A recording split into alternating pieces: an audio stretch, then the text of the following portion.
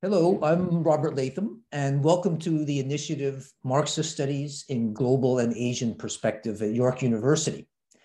We're recording this as part of our York Left Consortium, Reflections on Capitalism's Half-Life.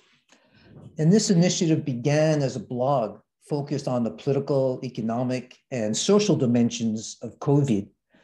And a second phase of the consortium is beginning, and it is focused on theory and practice, specifically on what academic work can imply for today's living struggles and those in the near future against capitalism and the advancement of socialism around the world. So today we have the honor of speaking with Lilia Monzo, who is a professor in the education program at Chapman University in the greater Los Angeles area. And she's the author of the book, A Revolutionary Subject, Pedagogy of Women of Color and Indigeneity, and has written numerous articles, such as Confronting Colonial Representations of Latinas, Developing a Liberation Praxis, also the Dialectic in Marxism and Freedom for Today, the Unity of Theory and Practice and the Movement of Today's Concrete Struggles. Another example of her many works is also Colonialism, Migration, Pandemic, the Immutable, Evidence that Capitalism is Racist and Misogynist, which recently appeared in the monthly review. I now turn over to Raju Das so he can begin the session with Lilia. Raju? Thank you, Robert. And thank you, Lilia, again for being with us. So this is how we're going to start our conversation. So I would begin by asking, in the interest of the reader, what have you been writing about in terms of society, its major problems, etc., let's say in the last 5 to 10 years? In other words, we would like you to give a little glimpse of your stimulating scholarship that has been published within the US and internationally. So the reader can really contextualize the second part of the conversation in relation to your scholarship. So, Lilia. Yeah. Great, thank you. First off, I'd like to just thank you for giving me the opportunity to share my work and some of my thoughts on this very obviously important, issue, and particularly in these dangerous times, right? Yeah, I guess I'll start off with my move towards becoming more of a Marxist actually began about not that long ago, about 5 years ago or so. I mean, I've always been a critical scholar, but really delving into the ideas of Marx was something that I came to actually under the tutelage of Peter McLaren, who's a good colleague and friend and a mentor. And then beyond Peter, I have maybe in the past 5 years or so, 4 years, been highly involved in the International Marxist Humanist Organization. And so I'm highly involved in that organization and have been highly influenced by its foundational work from Raya Dunavskaya, if you know her work. I think under that work, I mean, there's a lot of things that you can say about Raya's work, right? But one of the things, I'll mention a couple of things that I think have significantly influenced my my work from hers. And one of those is, of course, that she brought forth, her and C.L.R. James and others, brought forth the, sort of Marxist real humanist side that I think was missing in much of the orthodox Marxism, right? These ideas that come out of the 1844 manuscripts, and this real recognition of what it means to be human, and of our potential as human beings, and the fact that capitalism deforms us, turns us into things that then that are we're so alienated that we become lost to our own creative labor, right? And to our own sense of what it means to be a human being, and then our interconnectedness with other human beings and other life forms, right? So that we can take for granted who, when we purchase something, the fact that that something is, is embedded with human energy and human creativity and human potential. And so we're divorced from those connections in a way that allows us then to, allow the atrocities that go on in the world, right? Because we just think that, well, this is what life is. This is what life is, right? Without realizing that in fact, we are human, and our humanity is what has created, the world as it is, right? We are makers of history. And so that has been a really important aspect of my development as a Marxist and a Marxist humanist. And then in the last few years, I've really been involved in looking at the dialectic between philosophy and organization. And this is, to me, foundational to so many other things that stem from it, right? This idea of, basically from Raya's work, looking at the dialectic between intellectuals, right? People like us who work as academics, et cetera, and organization in the sense of people that are actually working, that are predominantly working class, or the more working class of our working classes, right? The people that are predominantly oppressed, whose exploitation is such that they really are the ones that are likely to risk, their livelihoods for the betterment of society, right? Because they, are living proof of the atrocities, and also have within their capacity to strike, to challenge the status quo in a way that that many of us, although we profess to do or to believe and value, sort of Marxist ideologies of equity and liberation, et cetera, are in some way so embedded in institutions of power that even myself, growing up as a woman of color, a Latina woman in the U.S., with from immigrant roots, with parents who don't speak English, in very working class communities, who actually still live there, right? That even I, just based on my own, educational trajectory, have spent so many years, basically reading books that it sort of separates us to some extent from really understanding what drives people and what drives their passions. What is it that moves people to actually change the world, and what are some of their limits, right? In terms of moving forward in society. So that that dialectic is truly, I think, something that has been something I've been writing about and looking at, and then in relation to that, right, the notion of the theory of state capitalism, right, which argues that when we forget that dialectic, when we forget that the intellectual actually needs to learn from the people, then we've created,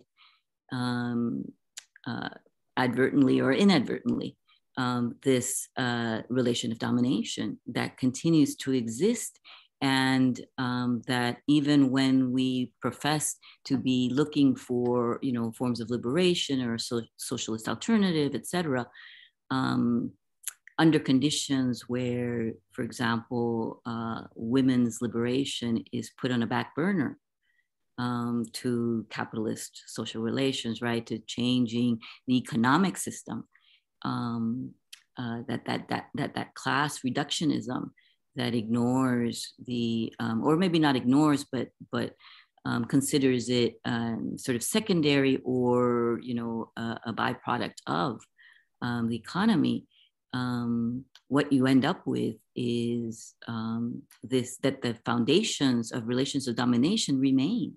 And therefore, I mean, how do you profess to be for liberation and then go home and continue in a context, in a family context that is patriarchal, right?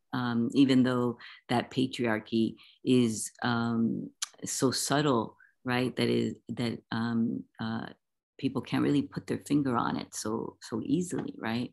So it doesn't look to the world as patriarchy, right? Because, you know, men are cleaning dishes and etc., right? Like that's not necessarily what patriarchy is about, right? Like these are embedded values that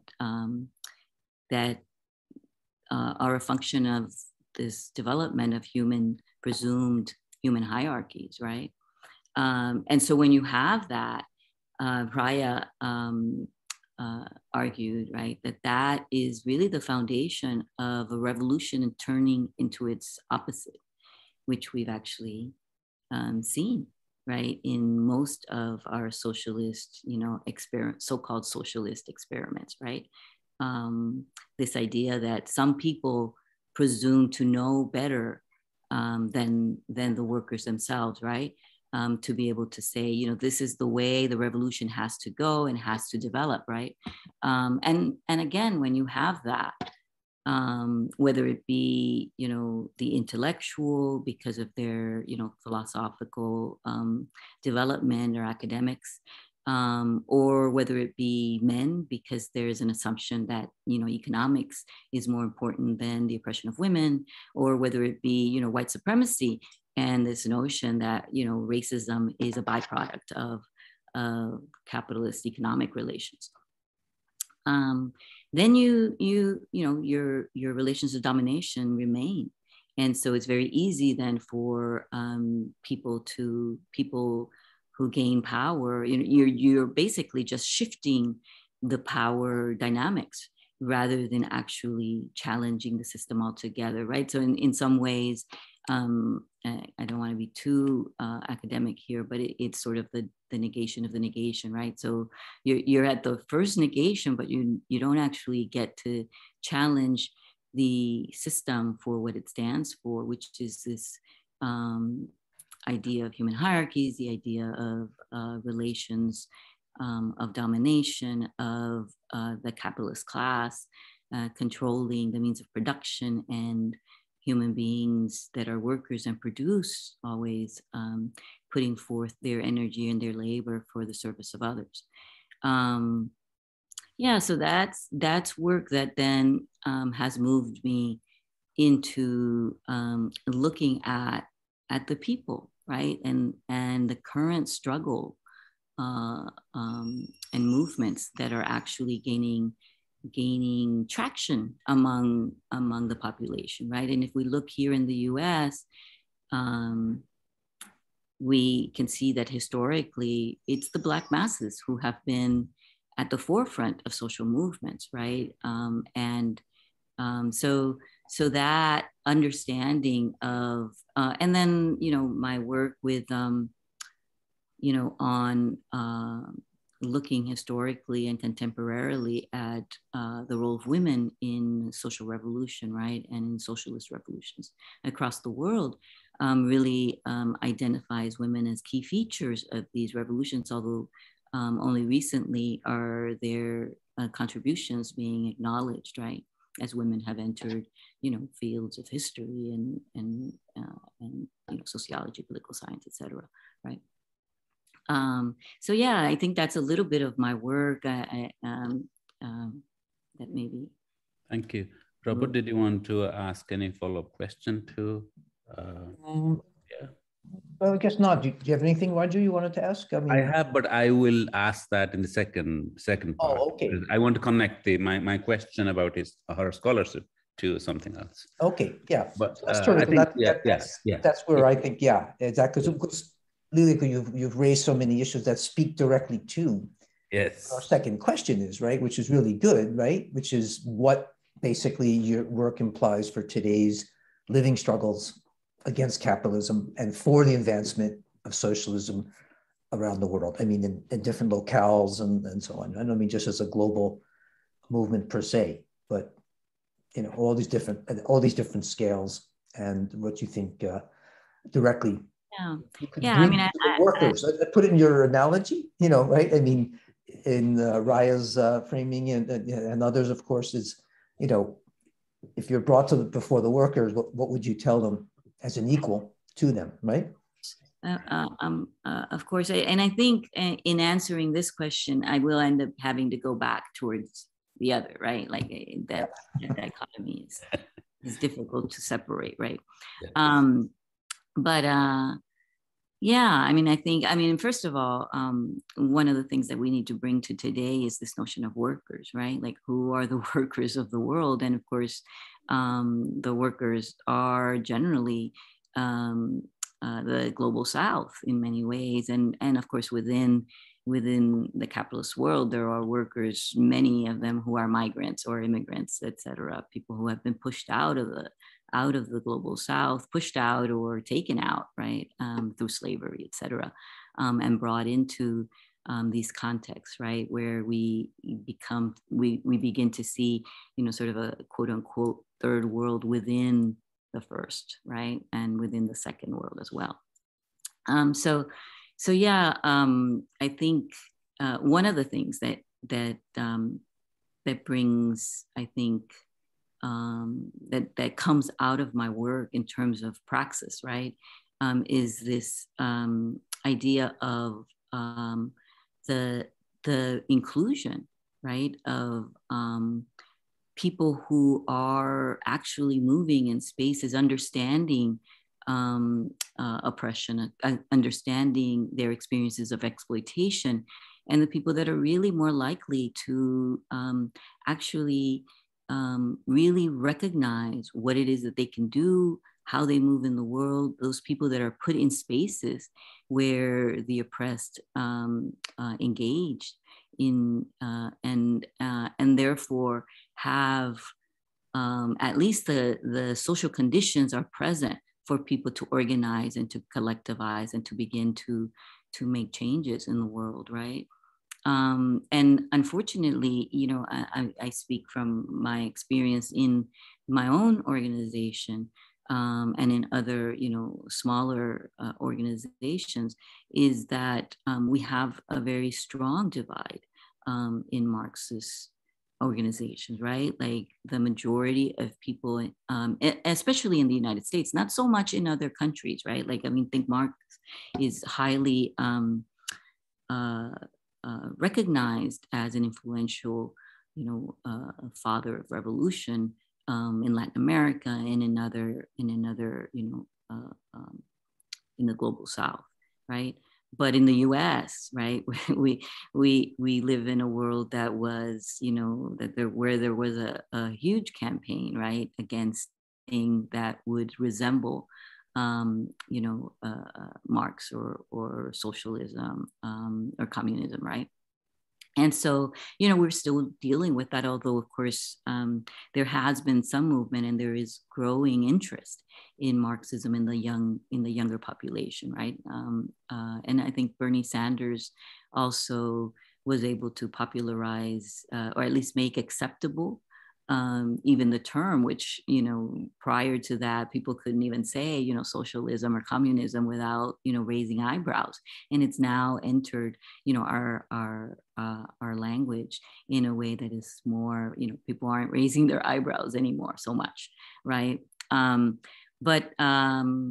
Yeah, so bringing the voices, and again, from that understanding of, who are the sort of workers in our society, you can draw. I'm also a critical pedagogue, right? So draw heavily, obviously, in the field of education, draw heavily on Paulo Freire's work in critical pedagogy, and so moving to a broader terminology that encompasses more people and different sort of identities other than worker, which I think is also part of looking at who is in the world today, who is moving, and who are these people that we need to follow and learn from. So the oppressed becomes a terminology that maybe is more acceptable and draws in more people. And within that understanding, we have to see that historically, like I mentioned, the Black masses as vanguard is a very strong concept that comes from Raya's work. But in my own work, I've sort of tried to extend that to look at, communities of color, other marginalized communities, in particular women of color in our country, but also, across the world. I mean, in the US, but also across the world, right? Like historically, women have been highly influential, in organizing, in coming up with ideas, right? We see today the role of women in Black Lives Matter, in Rojava, in the Zapatista movement. I mean, everywhere, right? Their influence is critical, and they are actually bringing forth ideas that are different from, we can think about intersectionality, right? That comes out of so many movements in Latin America, and very much an aspect of Black Lives Matter, which of course, has been now touted as probably the largest movement in terms of numbers of participation in the United States ever to exist, right? And so looking at that, we see that they are bringing forth different ways of organizing, different ways of moving and developing ideas, right? So the notion of reason and force that comes from Raya is about including those voices in our organizations and learning to listen to women. Women and women of color, both, right, is an important aspect of coming coming up with new approaches and developing ideas and understanding what it is that we need to be doing to create avenues for change, right? I think one of the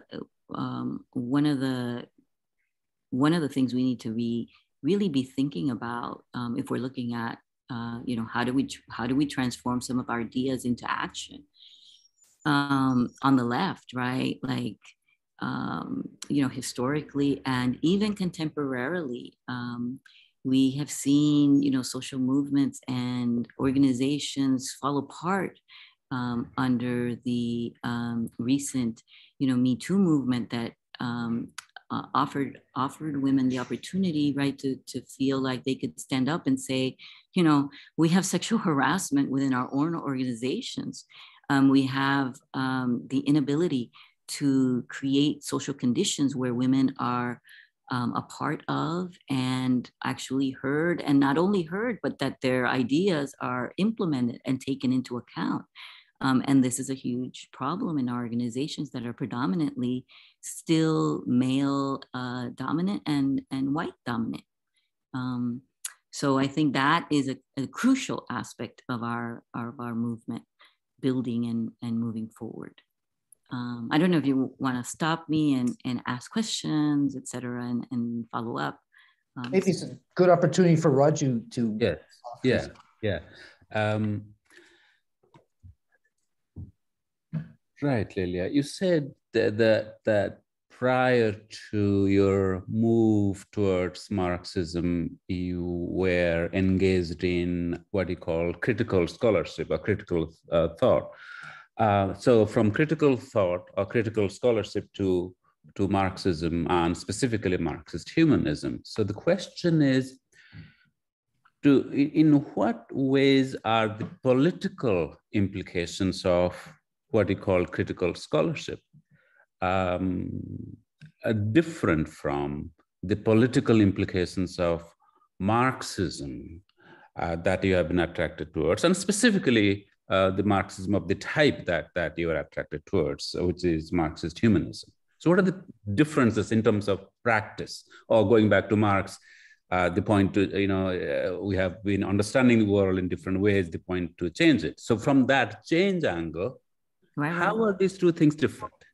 Of course. I mean, I think, before moving, into really understanding, what, Marx was saying and what socialism and communism, from a Marxist perspective, are, or at least, the major ideas behind it. I mean, I think most other, critical race theory and other, sociocultural, cultural historical activity theory, which I delved in and worked from, tend to be much more reformist oriented, right? Like they are looking to change forms of oppression, but their connection to capitalism, right? And there's a tendency to look at class as a cultural phenomena versus, class as a structural, basis of our society that not only is economic, but also affects all aspects of our world, right? And so, both has material implications, but as well as ideological ones, right? Because these things are dialectical. And so yeah, that I think is one of the major differences there that I think drew me.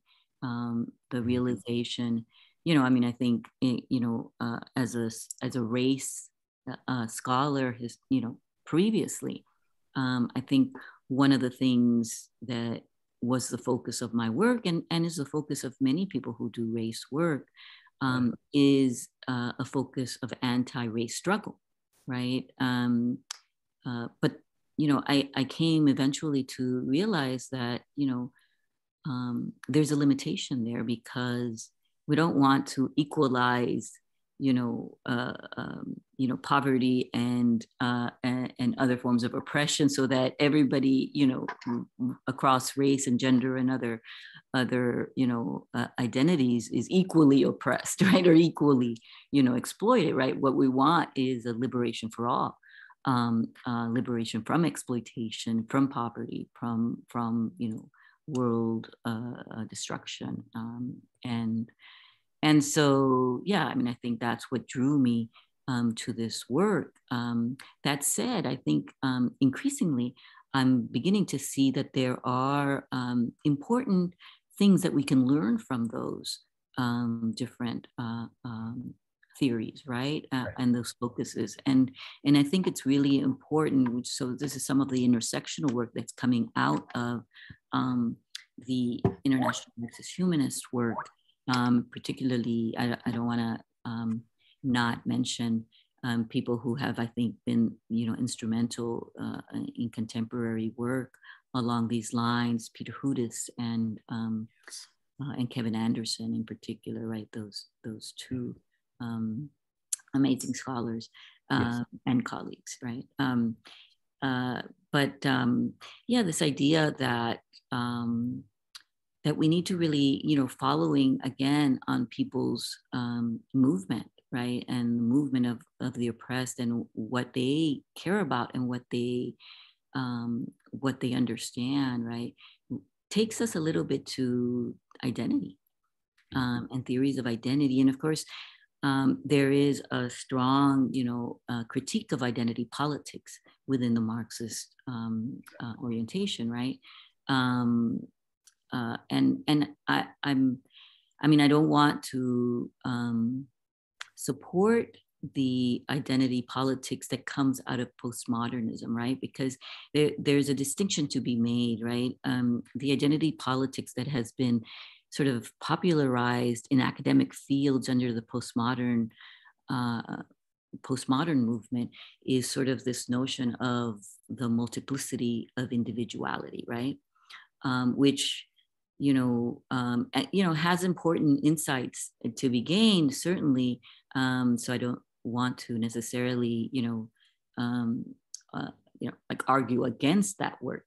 But I think one of its limitations is that it, by creating this, notion that each of us is so individually different from everyone else. Like, we come to this position where we don't know what it is we need to change, and we don't know how to work together, right? And there's this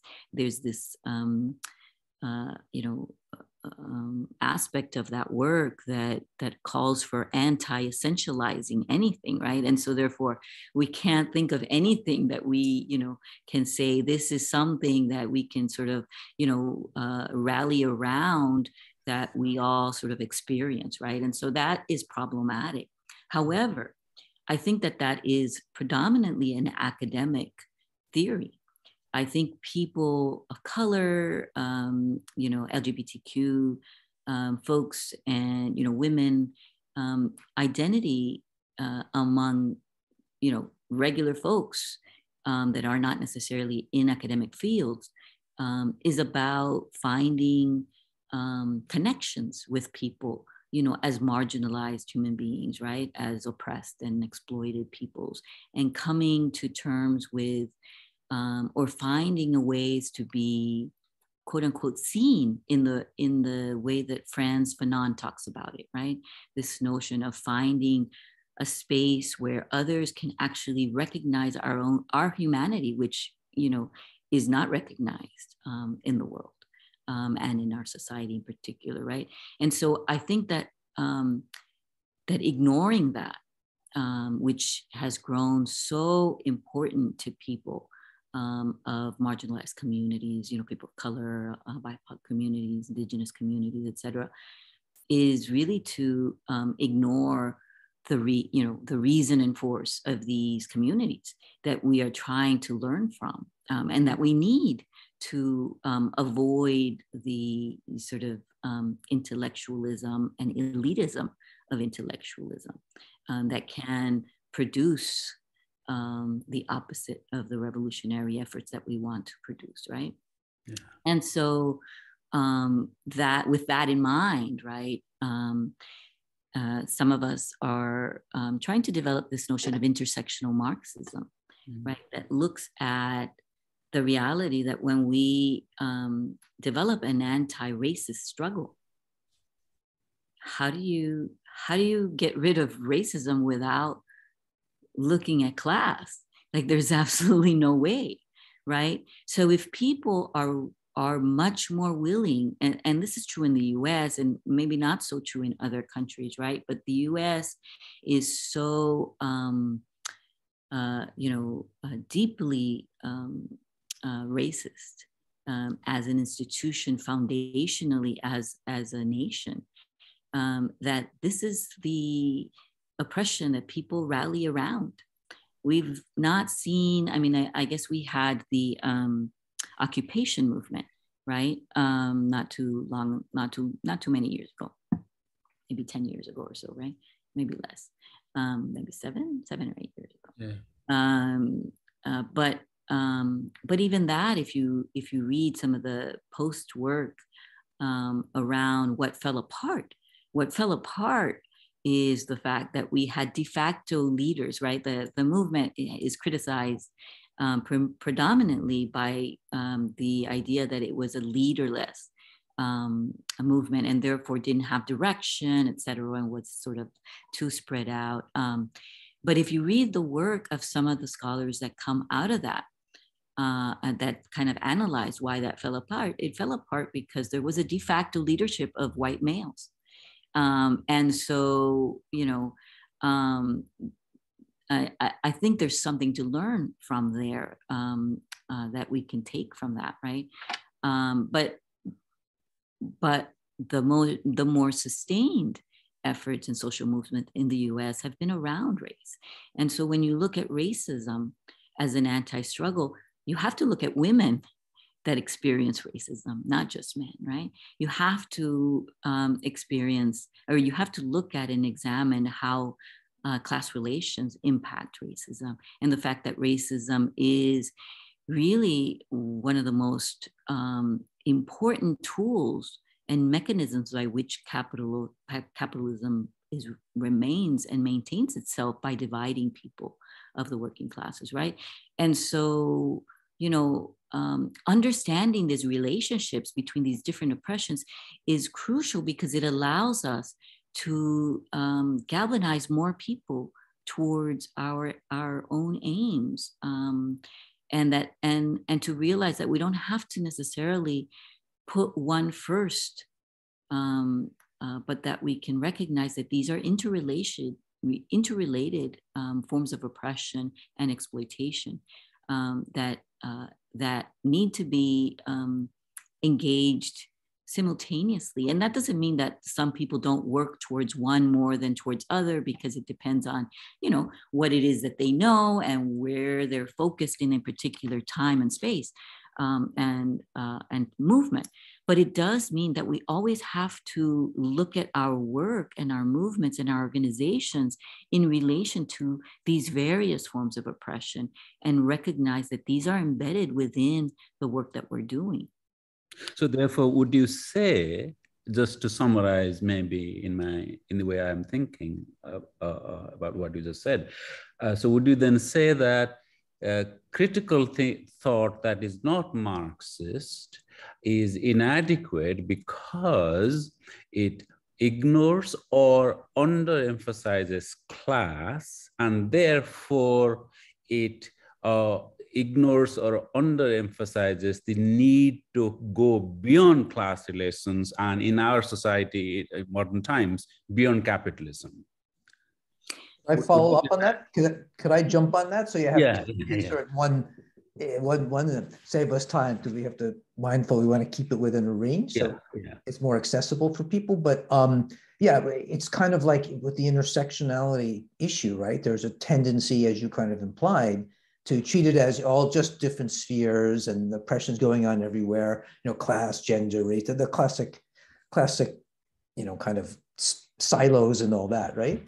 And sometimes, yes, we can make connections and all that. But the question I asked, though, is there a certain level of a level of relative primacy to capitalism, because it makes the world and is where power is ultimately produced and anchored, right? And the capitalist state and so on. So that, right? I mean, so that movements to think of it in that sort of way. Because there tends to be some people, and I'll stop here, there are people who are very committed to intersectionality, and they refuse to go there. Okay, and I'm just wondering what you think. I mean, No. I mean, I think this is a crucial question that I get all the time, right? So exactly. It's a new question, right? But I would refute the term, inadequacy, right? Of one theory, versus another, right? Because I think we have things to learn from those theories, right? And I think actually Marxism, if it's class reductionist, is inadequate. So I wouldn't say actually that that capitalism is foundational, right? Because that is the class reductionist argument, right? That class relations and capitalism is sort of the explanatory reason for for capitalist relations to have evolved. However, if you really look at where capitalism begins, right, you can see that it actually is jump-started by colonization, right?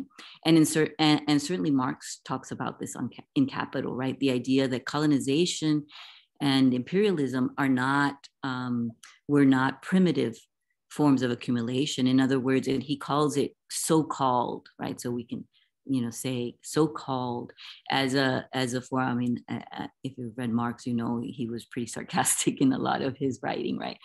So this notion of so-called primitive is an argument against this idea that colonization and imperialism and this jumpstart of capital that really pushes capitalism forward,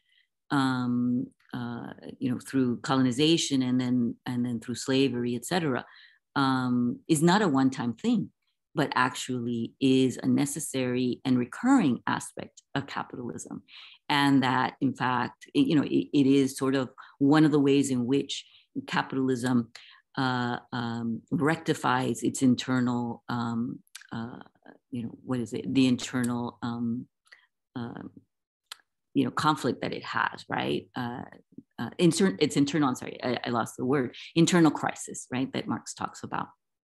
And so, so if you look at that, if you look at some of the work by Maria Mies, you realize that even before the inception of before industrialization, you begin to see forms of capital take place within that actually brings forth the division and the exploitation of women, right? So the gender division of labor and women's exploitation. And so this, and then of course, so you have to wonder, right? Why is it that, colonization takes place in the global South, right? Why is it that, these are spaces where the other is created under this notion of in particular countries, right, under this notion of race, which is a social construction, of course. But then, the atrocities that come with that, it's not just exploitation. I mean, if you read the literature on colonization, on the colonization of the Americas, I mean, you're talking about atrocities that are created and that go beyond the exploitation of capital. Right, like that, like the cutting off of limbs of people, the mutilation of people's bodies, is unnecessary if all you're looking for is capital and accumulation, right? So this notion of, I guess I would argue that this notion of, which comes first, serves no purpose. Like, I don't know what it helps us understand. In today's world. And what it does is it continues to divide us in ways that make our work not tenable for many communities, right? Like, I mean, most of my colleagues, women of color and other people of color, do not embrace Marx primarily because of that idea of class reductionism. And so it is a deterrent to bringing these ideas forward and bringing Marxism to these communities that are actually the communities that are out there fighting for some changes in the structures of our society. Is that, I don't know if that helps. I'll only follow up that just, we have to bring it in, but what's consistent what you're saying though is that the dismemberment, however, right? It may be driven by other things beyond accumulation per se, but however, it takes place and falls into the context of that the world in which it's operating is related to these logics of accumulation, commodification, and the various other manifestations of economic capitalism and trade. So racial capitalism, right? Yeah. Concept so I don't think we're disagreeing necessarily. It's the question of class becomes complicated, like you say, that way. But capitalism per se, not that they understand, right? I mean, there would be a different system where racism could emerge. Dismemberment could happen. I think we need to disagree here because I do see your attempt to point out that racism is a qualifier of capitalism, right? Or any no, but it operates within that system that itself is. I think, but that's also the world that's made. Functions within the system of colonization and imperialism, right? That takes place. And war does too. So these things are very interconnected, right? Yeah. And I'm still trying to think about, like, how do we think about, so this notion of racial capitalism, kind of exclude it actually is a racial colonial capitalism. And then where does gender fall into that, right? Because of course it's also misogynist. And I would argue that you have the exploitation of women at the very root of capitalist relations, because of course women produce the special commodity, right, which is the worker. So how do we talk? So I think there is work to be done continue to be done, to be thinking about how do we come together? Because I think that the challenge to global capitalism, it is a global thing now. We can't actually challenge capitalism at a local level, right, or a state level anymore.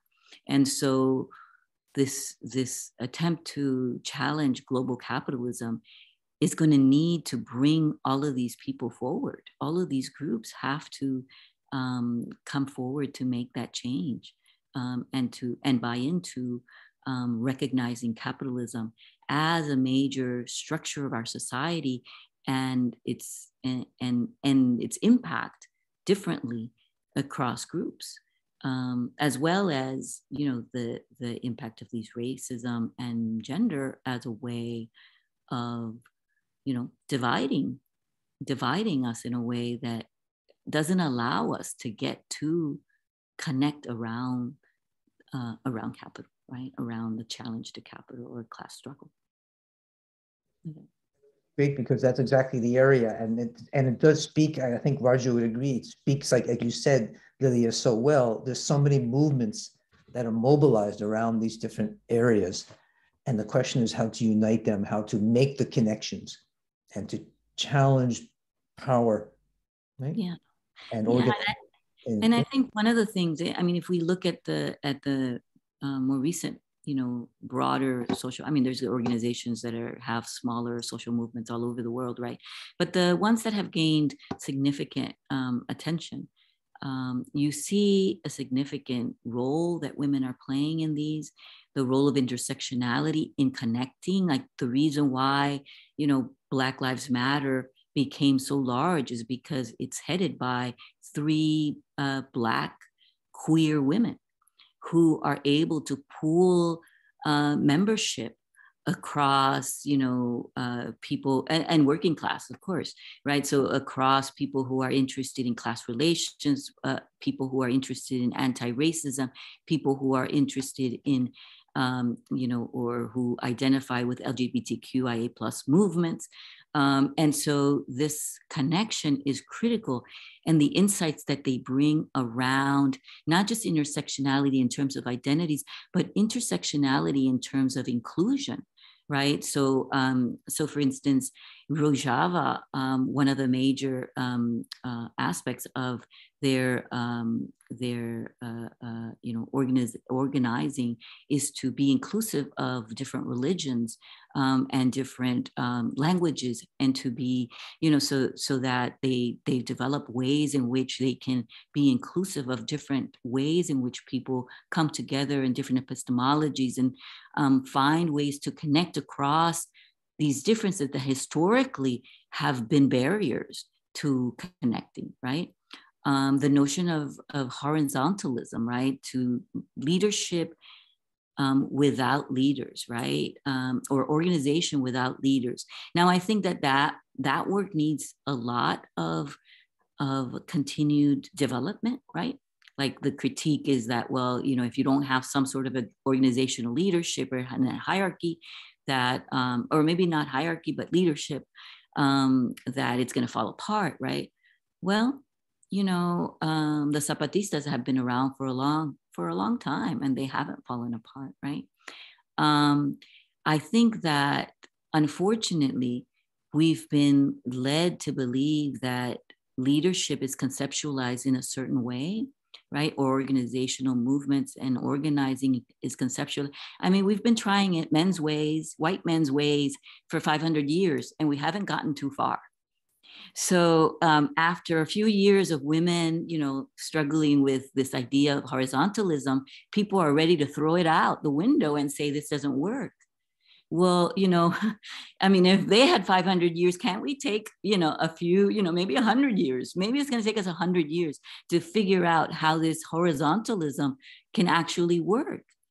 I mean, it may not be working now, right? You know, there is division, there is lots of things that are problematic in this notion of horizontalism. But my point being, you know, women are coming up with these ideas. Why aren't we listening? Why is it that we can so quickly denounce it as it doesn't work, right? Why aren't we thinking about, okay, let's look at this. How do we understand this? What are some different ways to try this out? Why don't we study this? I mean, as academics, why don't we study this? You know, and as organizations, why don't we try this out in different ways? Right? And that's the idea of being inclusive, of not just listening to those voices and putting those bodies in those spaces, but actually taking up those ideas that diverge and that bring new insights into our movement, and new, and you know, and new blood, and breathe new life into them.